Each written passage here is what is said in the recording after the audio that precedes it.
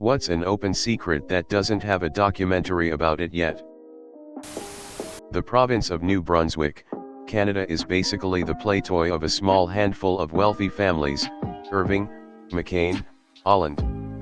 The government is just there for show. How some of the top fashion magazines send young models over to meet wealthy donors in hotel rooms who will help them get the modeling contract they were after. There's an industry that basically takes guardianship of elderly people by getting them declared incompetent, without their knowledge. They move them into nursing homes, sell off their homes and assets and take over their money. It's like the title theft scam, but with people being taken over rather than just real estate. It's brutal and frightening. https://www.newyorker.com/magazine/2017/10/09/how-the-elderly-lose-their-rights. The way old folks are treated in care homes. Steroid use in Hollywood. Everyone knows it's happening, but I don't think the extent is widely known. When a male actor puts on a lot of muscle for a role, they have most likely used steroids. Even if they have just put on a little muscle, they probably still used steroids, because you can't gain fast enough to get in shape for the start of filming. And because it is technically illegal, no one will ever admit it. What makes it worse is these people, and their trainers, will write articles for Men's Health where they go through their workouts, ignoring the fact that they took growth hormone for a year. There have been a few good documentaries about doping in sports, but I think we need one about Hollywood. Tech/financial infrastructure is built on 50-year-old technology. The Mormon Church is sitting on hundreds of billions of dollars in stock and real estate. They do almost no charity work directly from those funds. The majority of the humanitarian funds the church claims are from an equivalent dollar value of labor from their members and another entirely separate charity arm which doesn't involve church contributions. Stock trading by Congress. Larium/mefloquine. There's a mini YouTube documentary about it, but it's not nearly big enough or been seen by enough people for me to count that. If you don't know, Larium is an anti-malaria drug that was prescribed to many people in the late 80s and 90s, and prescribed by first world militaries up until the 2010s. I personally have family who was impacted and still suffers from the effects of Larium, but the people I know at least didn't have their brains and lives completely destroyed by it like so many others have. It's been linked to countless suicides and homicides, including the Kandahar massacre, causing paranoia, hallucinations, and night terrors that literally take your worst fears and bring them to life, because the mefloquine toxicity acts on the limbic system where your amygdala, aka the fear center, is. Many people have killed themselves over the dreams alone. Every single detainee at GTMO was dosed, for no reason, with the 1,250 milligrams dose that would be prescribed to cure someone who had malaria, not even the 250 milligrams prophylactic dose. This was done without testing the detainees for malaria and without reason to believe they had it. People from the same regions as the prisoners who were at GTMO as employees were not subjected to it, and it is widely believed to have been done specifically to bring about the debilitating side effects as psychological waterboarding.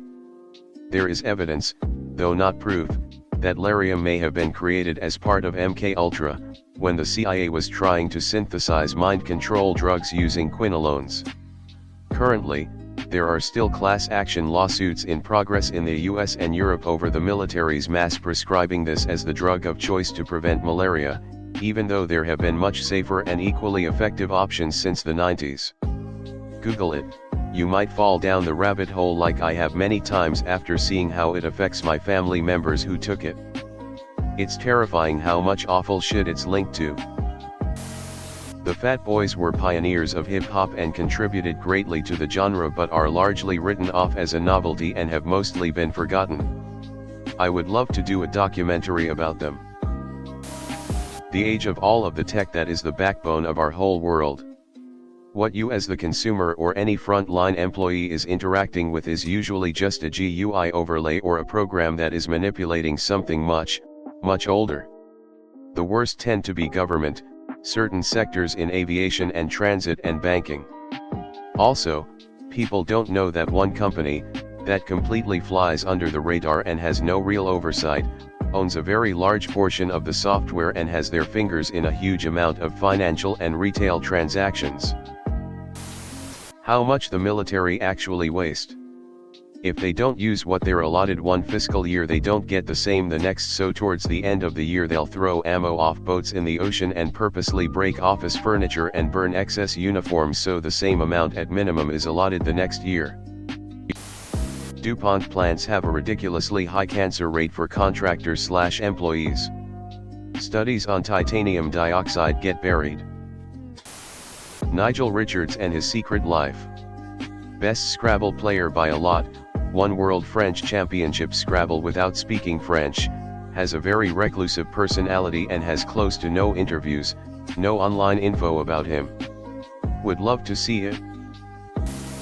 Cobalt mining, specifically e.g. in DRC, and the, politely said, questionable supply chains from mines to Apple and other tech giants that basically make it impossible to definitely exclude child labor involved, yet these companies pretend that we're the case. Siddharth Kara's book is good, but this needs more attention. Private equity firms owning everything. Recycling is a sad joke foisted on the people by corporations, to allow corporations to continue polluting indiscriminately.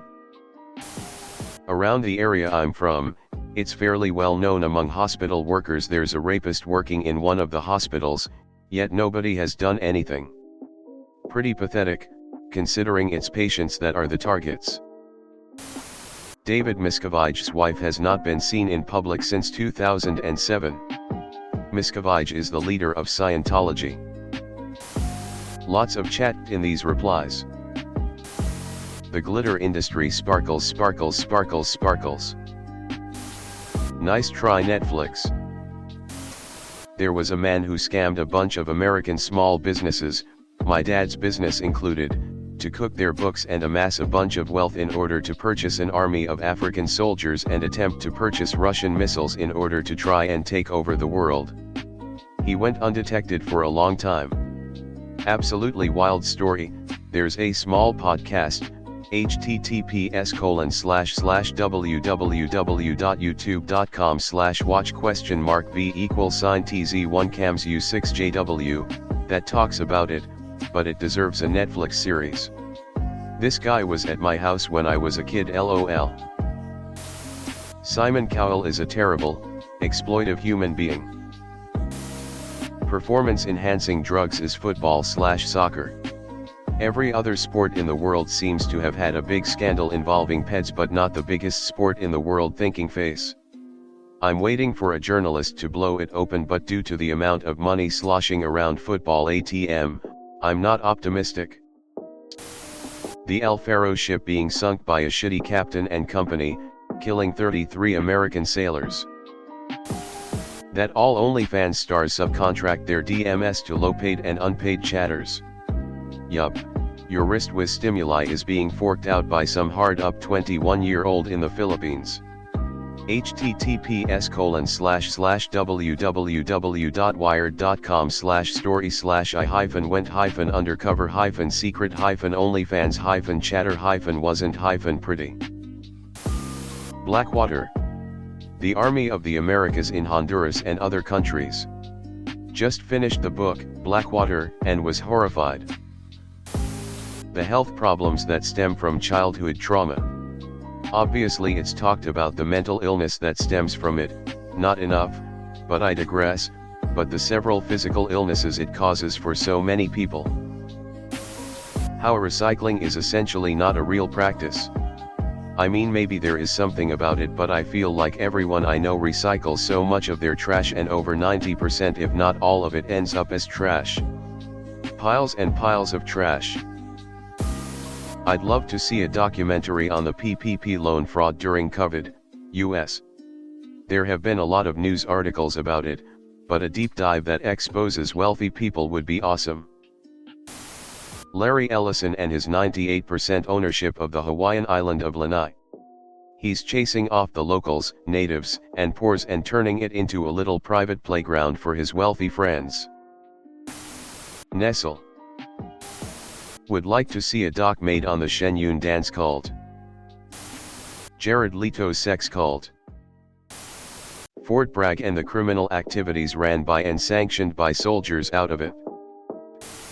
How the private prison industry basically got tons of local sheriff's departments into the prison industry, especially in the South, by financing, building, and training them to run jails and prisons for profit.